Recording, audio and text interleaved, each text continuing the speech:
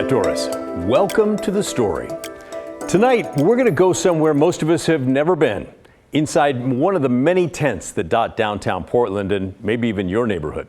We're going to meet a young homeless woman in crisis, someone who cannot shake her addiction. It is not a pretty picture, but it is our big story tonight.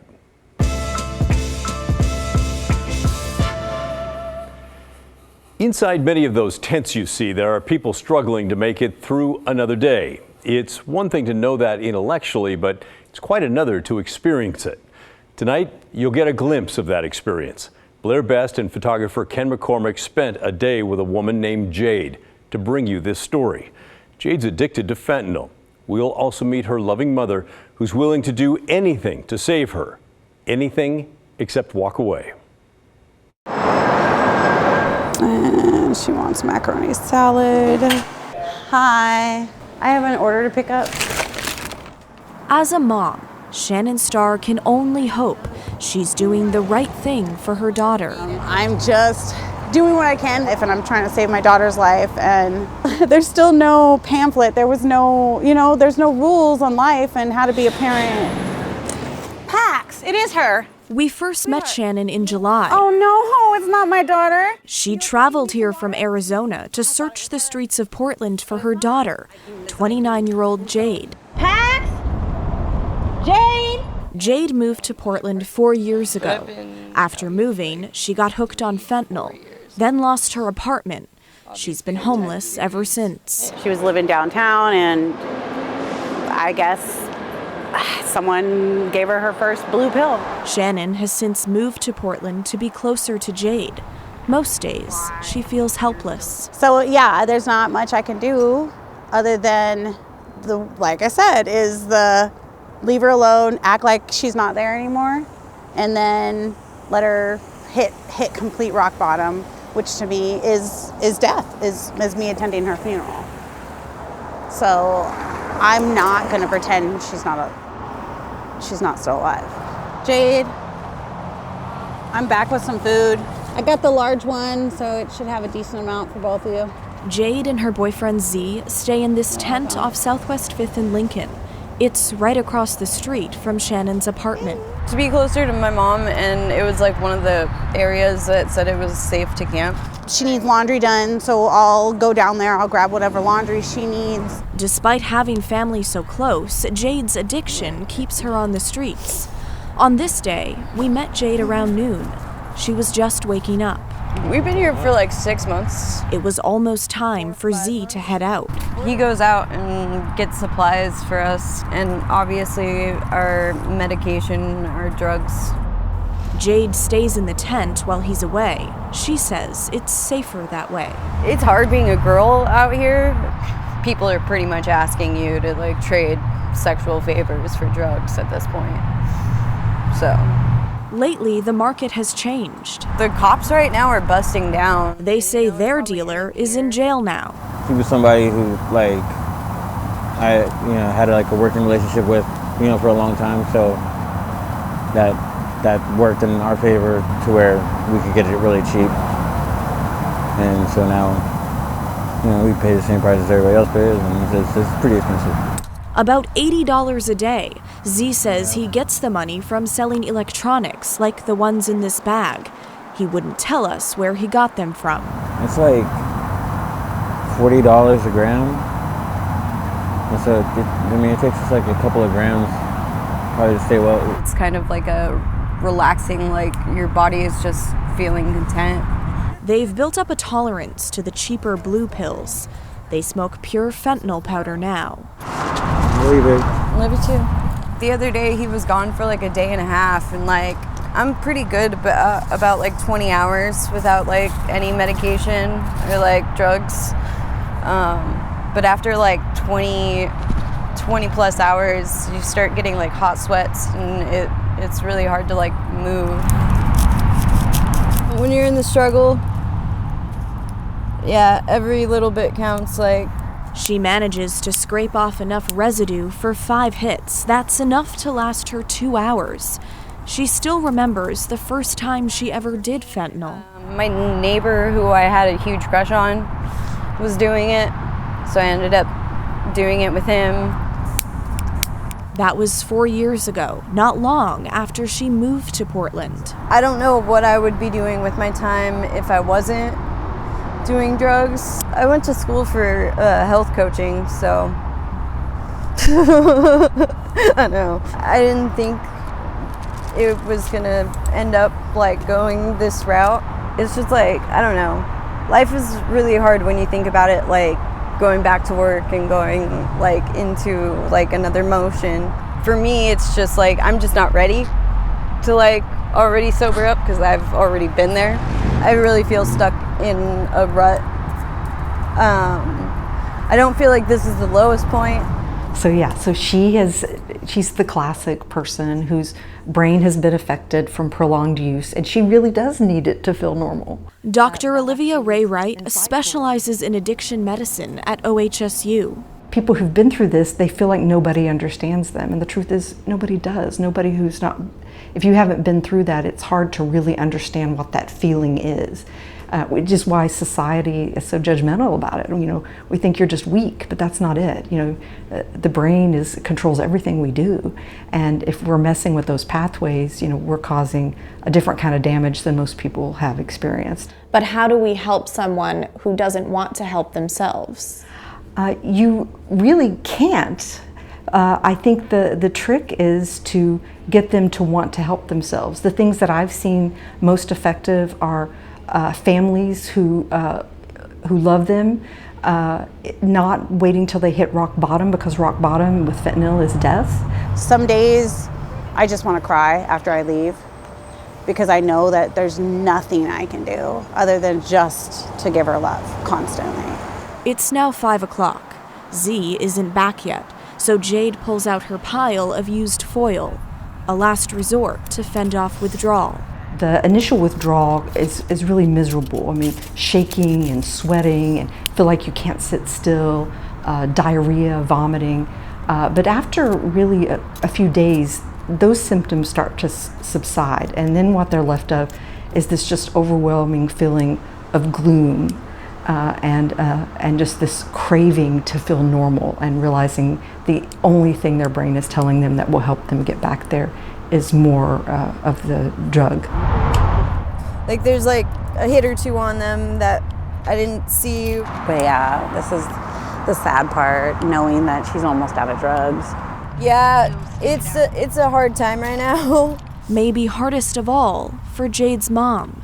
She doesn't want to see what's under this flashlight. I really just try not to focus on the drugs at all and just focus on our relationship and, you know, reminding her that I love her.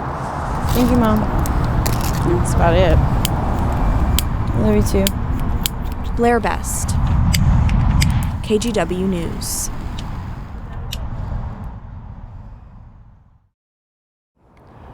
Blair joins me now, and oh my gosh, Blair, so many things. What's the latest with Jade? So a few weeks after we spent that day with Jade, we went back to try and convince her one more time to go into treatment. And she told me she wanted to get off the streets and she wanted a safe place indoors, but that she wasn't ready to quit smoking fentanyl. Okay, so I thought that was at least good. She wanted to get out of her situation in some capacity. So I thought of the city's large sanctioned shelter site off Southeast Powell Boulevard. It's low barrier, which means you don't have to be sober to get in. So I emailed the city, I told them about Jade, and they asked for her contact info. And the next day, Jade moved into that shelter site. And the mom tells me she stayed there for 2 weeks and that she was doing well. Up until yesterday, when the mom texted me that she ran away, they got into an argument, and at last check, Jade is still out on the streets, and I'm not even sure if that bed is still available for her. Oh my gosh, yeah. Well, sadly, I think sometimes this is how it goes. You know, so many ups and downs. It is. You mentioned in the story the boyfriend had a bag of electronics, and we don't want to say because we don't know where he got them, but I know that you have talked to others who say that stealing electronics is a routine way to get drugs. Yeah, Pat, it's very common. I mean, even just yesterday, I was talking with drug users who stay right across the street from a grocery store. And they told me they stay there because they steal from the grocery store and they sell or trade those items to buy their drugs. So it's really no secret. Yeah, okay.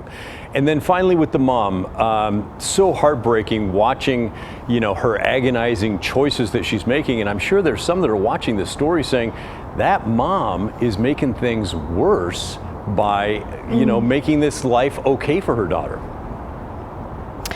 Yeah, I mean, Pat, that's a big reason we wanted to share this story in the first place. The torment the mom faces is real. And as we heard from the doctor there, hitting rock bottom with fentanyl is death. So what is the mom to do? She asks herself that every day. If she ignores Jade, she's afraid she's going to die.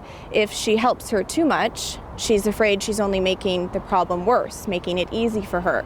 So there's really no right answer here, and that's why her story is so troubling. Yeah, I agree. Yeah, it's that whole question about whether she's enabling or not. And I'm so glad that you're telling this story, Blair, because it's the side we don't often see, and I'm sure it's replicated in hundreds of tents across our city with this sort of thing going on. So yeah, it's tough for everybody, but it is important to know about. Thank you, Blair. Appreciate it. Now we'd love to hear your thoughts on Blair's story. What's going through your mind right now? Maybe you or a loved one maybe someone is in a similar situation. Tell us about it, will you? Send us an email. The address is thestory@kgw.com or call and leave a voicemail, 503-226-5090. Also today, Governor Kotek, Multnomah County Chair Jessica Vega Peterson, and Portland Mayor Ted Wheeler gathered to declare a 90-day fentanyl emergency in the city of Portland. It was one of the recommendations to come out of the governor's downtown Portland task force last month. A command center will be created in the central city where state, county, and city employees will meet to discuss strategies and response efforts with the goal of refocusing existing resources. The hope is that they can identify gaps and create a system that will last beyond these 90 days. There will be a focus on street outreach and addiction prevention. More people will be trained on how to use the overdose reversing drug Narcan, and state police will continue to work alongside Portland police stopping drug deals.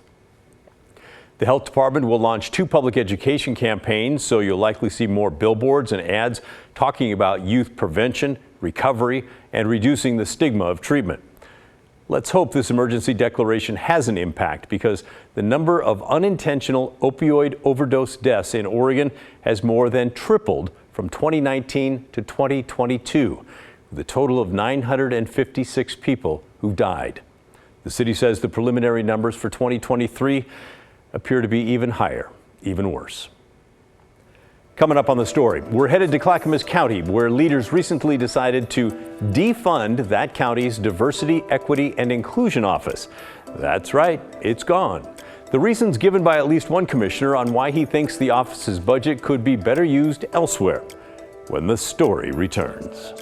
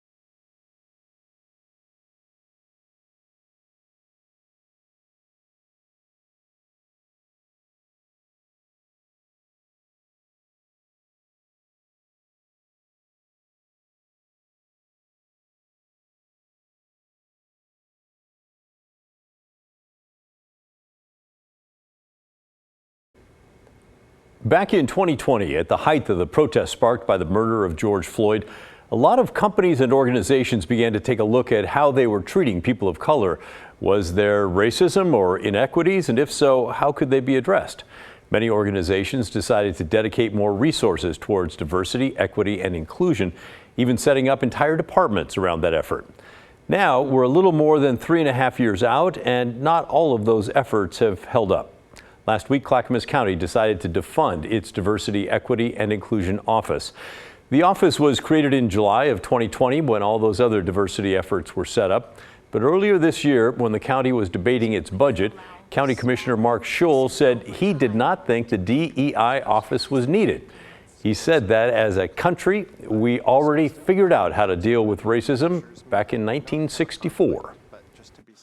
When it comes to issues regarding the color of skin, race, gender, national origin, and religion, we have the Civil Rights Act of 1964, which people of color, white people, died to bring to the Congress of the United States.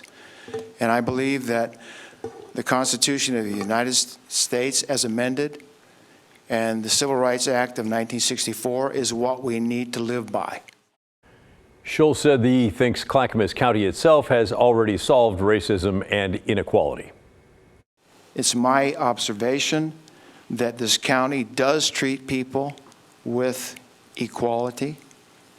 I believe that our Human Resources Department is capable of operating solely under the Constitution of the United States as amended and the 1964 Civil Rights Act. I do not support any allocated funds to support equity, inclusion, and diversity. The DEI office in Clackamas County had a budget of about $828,000. It had 3 full-time employees, but starting next week, those employees will move to other departments. County Administrator Gary Schmidt announced that the DEI office will no longer exist. Instead, a county compliance officer position will be added to a separate office to make sure the county is complying with laws around discrimination and harassment. And he said that any problems should be reported to HR. Many people were upset by the change, including Clackamas County's clerk, Catherine McMullen.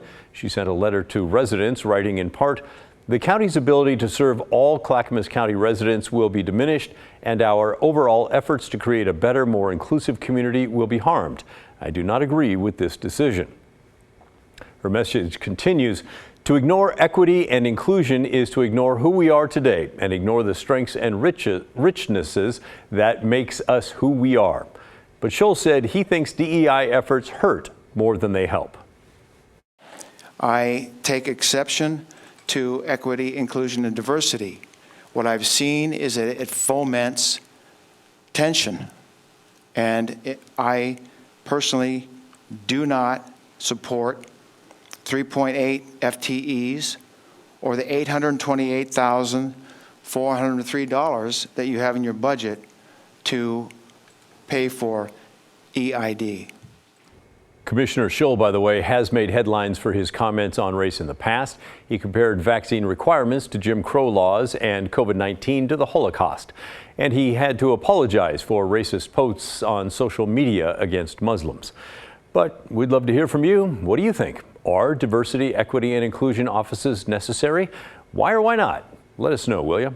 Send us an email. The address is thestory@kgw.com or call and leave a voicemail 503-226-5090. And while we're on the topic of local governments, let's share some of your thoughts on part 2 of my sit-down interview with Multnomah County Commissioner Sharon Myron, which ran as last night's big story.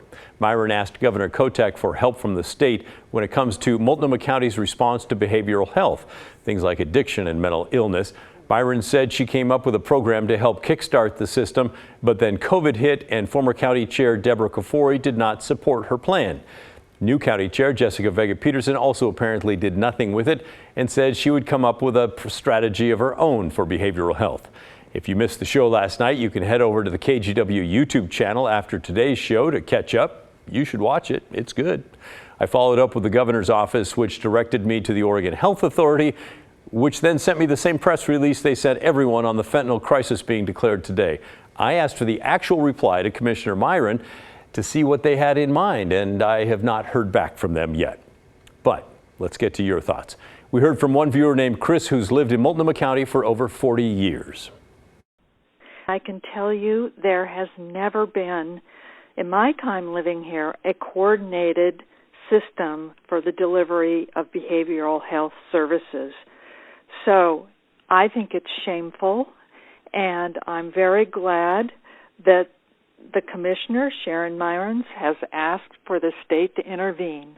Clearly, what's been happening is not acceptable.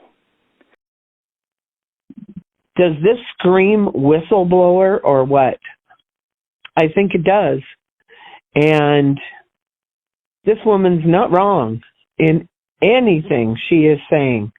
The mental health crisis in Multnomah County is killing us. And that commission is killing us. Multnomah County Council, I don't think we know what the hell they do or don't do. And good for Sharon, because we need to be hearing this. Our county is messed up. And Aline emailed us. Your interview with Commissioner Myron on the county and homeless was very interesting. Good to hear someone from the inside telling it like it is. Multnomah County doesn't seem to ever get anything done. Jessica Vega-Peterson appears to be all about being in control.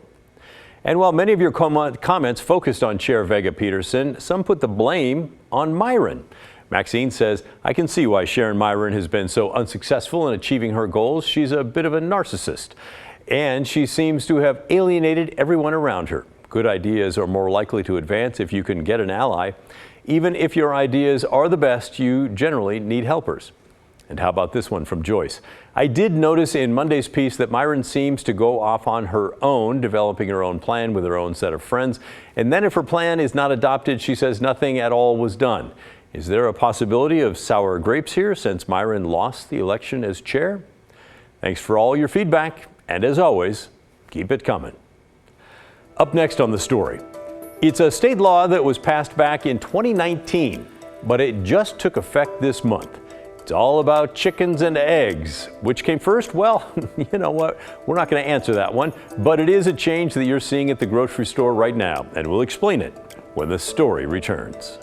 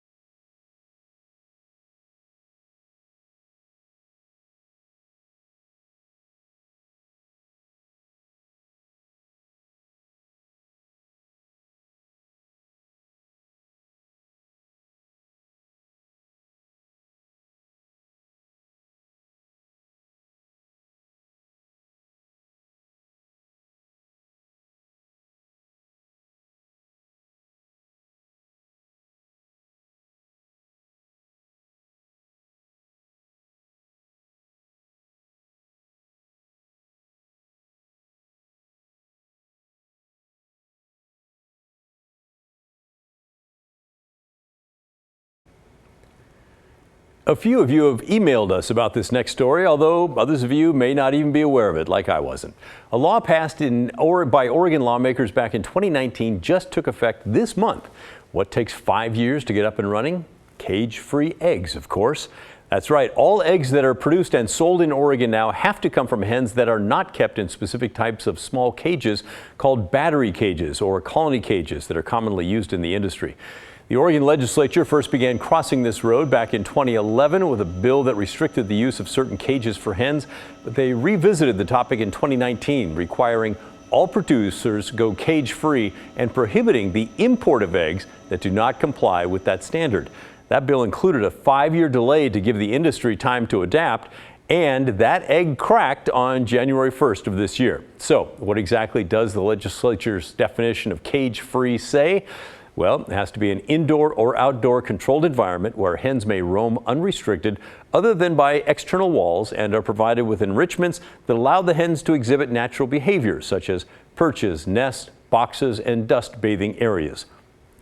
Now, it is worth noting that this law only applies to commercial egg producers with at least 3,000 egg-laying hens. So if you have a few hens in the backyard, you're okay to keep doing what you're doing. The industry group United Egg Producers says that 85% of commercial egg production in the U.S. involves some form of a cage system. The entire west coast of the country is now an oasis of sorts for hens being able to stretch out. Oregon joins Washington and California in going cage-free. How about that? And that's the end of our show. Thanks so much for watching. And remember, the story, our collective story, that never ends. The good stuff is coming your way next. I'll see you right back here tomorrow night at 6:30.